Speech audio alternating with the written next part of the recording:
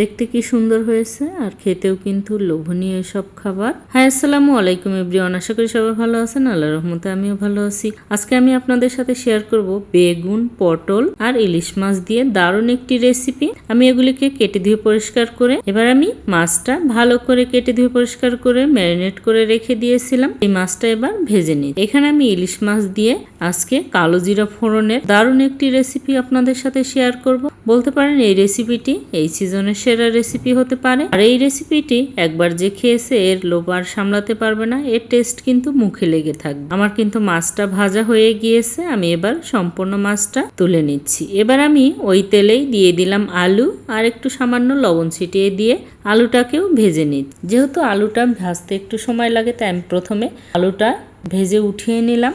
এভাবে আমি সমস্ত সবজিগুলোকেও একইভাবে ভেজে নিই। এবার দিয়ে দিলাম ওই একই তেলেই বেগুনটাও আমি হালকা ভেজে নিব। বেগুনটা ভেজে নিলে কিন্তু খুবই টেস্টি হয় আর খেতেও কিন্তু খুবই লোভনীয়। আপনারা অবশ্যই ট্রাই করবেন এভাবে ভেজে নিতে। বেগুন আর পটল, আলু এসব একটু ভেজে ইলিশ মাছ দিয়ে যদি রান্না করা যায় তাহলে কিন্তু খেতে খুবই মজার হয় আর আমার কাছে খুবই পছন্দের খাবার। আর আপনাদের কেমন লাগে অবশ্যই জানাবেন। আমার বেগুনটাও ভাজা শেষ।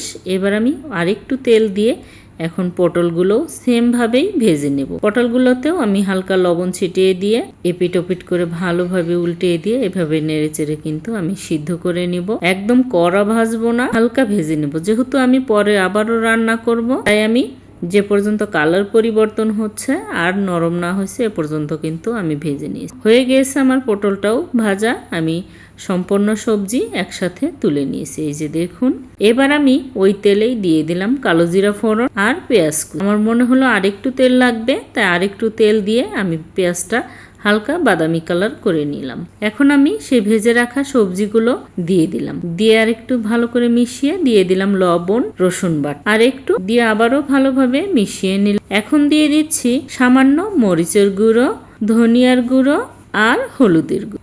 এই ছিল আজকের রান্নার আমার মশলা। এগুলি দিয়েই আমি এখন ভালোভাবে কষিয়ে নিব। যে পর্যন্ত রসুনের কাঁচা ফ্লেভারটা না যায় এই পর্যন্ত কিন্তু একটু কষিয়ে নিতে হবে।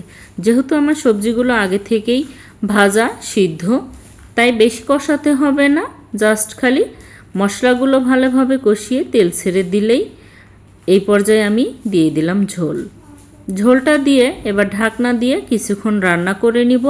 কিছুক্ষণ পরে ঢাকনা তুলে এখন আমি এতে যোগ করব মাছগুলি। আর একটু নেড়ে দিলাম। এখন সে ভেজে রাখা মাছগুলি দিয়ে দিলাম। দিয়ে এবার ভালোভাবে মাছগুলোকে আমি বসিয়ে দিচ্ছি সবজির সাথে, তাই অল্প আঁচেই কিন্তু রান্না হয়ে যাবে। এবার আমি দিয়ে দিলাম কয়েকটা কাঁচামরিচ আর ধনিয়ার দিয়ে এবার ভালোভাবে মিশিয়ে নিব যাতে সবজির সাথে ধনিয়ার পাতার ফ্লেভারটা ভালোভাবে মিশে। যেহেতু আগে থেকেই রান্না করা তেমন কিন্তু সময় লাগবে না, এটা ভাজা হওয়ার কারণে মাছ ভাজা সবজিটাও ভাজি করে নিয়েছি, সেই জন্য অল্প পরিমাণে ঝোল দিয়েই কিন্তু আমি ধনিয়ার পাতা কাঁচামরিচ দিয়ে আর একটু ঢাকনা দিয়ে রান্না করে এবার আমি চুলাটা অফ করে দিয়েছি। আর ঝোলটাও গাঢ় হয়ে আসছে, দারুণ একটা ফ্লেভার বের হয়েছে আর খেতেও কিন্তু টেস্টি। আমার রান্না ডান। এবার আমি আর একটা চুলাতে দিয়ে দিয়েছি পাট শাক। পাট শাকটাও আমি কেটে ধুয়ে পরিষ্কার করে নিয়ে এবার আমি লবণ দিয়ে সিদ্ধ করতে দিয়েছি। কিছুক্ষণ পরে একদম সিদ্ধ হয়ে কমে আসছে।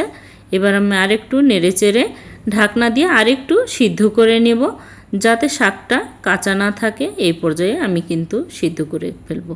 আর আমার শাকটা একদম সিদ্ধ হয়ে দেখুন একদম সফট হয়ে গিয়েছে, তার মানে শাকটা এবার সিদ্ধ পুরোপুরি হয়েছে। আমি চুলাটা অফ করে দিয়েছি। এবার আমি শাকটা ফোড়ন দেওয়ার জন্য প্রথমে শুকনো মরিচটা তেলে ভেজে নেব। আমার এখানে এতগুলো মরিচ লাগবে না, তবে আমি একটু বেশি করে সবসময় ভাজার চেষ্টা করি, করে বক্সে তুলে রাখি। যখন ভর্তা খেতে বা কোনো কিছুর সাথে খেতে ইচ্ছা করে তাহলে আমি ওইভাবেই পরে অ্যাড করে। এখন আমি ওই একই প্যানে আরেকটু তেল দিয়ে একটা ডিম ভেজে নিচ্ছি। ডিমটা আমার ছোট মেয়ের জন্য, ও আবার ইলিশ মাছ খেতে পছন্দ করে না, তার জন্য একটা ডিমটাও ভেজে নিই। এভাবে কিন্তু আমার মাকে দেখছি ভেজে নিতে ভাজ করে, তবে আমরা কিন্তু রুটি পরোটার মতো করেই ভাজি, আজকে আমি একটু ফোল্ড করে। এখন আরেকটু তেল দিয়ে আমি এখানে দিয়ে দিয়েছি রসুন থেতো করে, পেঁয়াজ কুচি আর কাঁচামরিচ। শাক ভাজিতে কিন্তু একটু পেঁয়াজ, রসুন, কাঁচামরিচ একটু বেশি দিতে হয়। আর সুন্দর গোল্ডেন কালার হয়ে আসার পরে আমি শাকটা এবার অ্যাড করে দিই। শাকটা ভালোভাবে মিশিয়ে নিতে হবে পেঁয়াজ রসুনের সাথে যাতে শাকটার সাথে ভালোভাবে এগুলি মিশে যায় এবং ভাজা হয়ে পুরোপুরি রং পরিবর্তন হয়ে কুচকুচে রং ধারণ করেছে। ধন্যবাদ সবাইকে আমার এই ভিডিওটি দেখার জন্য। কে কোথা থেকে আমার এই ভিডিওটি দেখছেন অবশ্যই কমেন্টে জানাবেন। ভিডিওটি ভালো লাগলে লাইক শেয়ার দিয়ে আমার পাশে থাকবেন। ইউটিউব থেকে দেখলে সাবস্ক্রাইব করবেন এবং পেজ থেকে দেখলে ফলো দিয়ে আমার সাথে থাকবেন। Thanks for watching. আল্লাহ হাফেজ।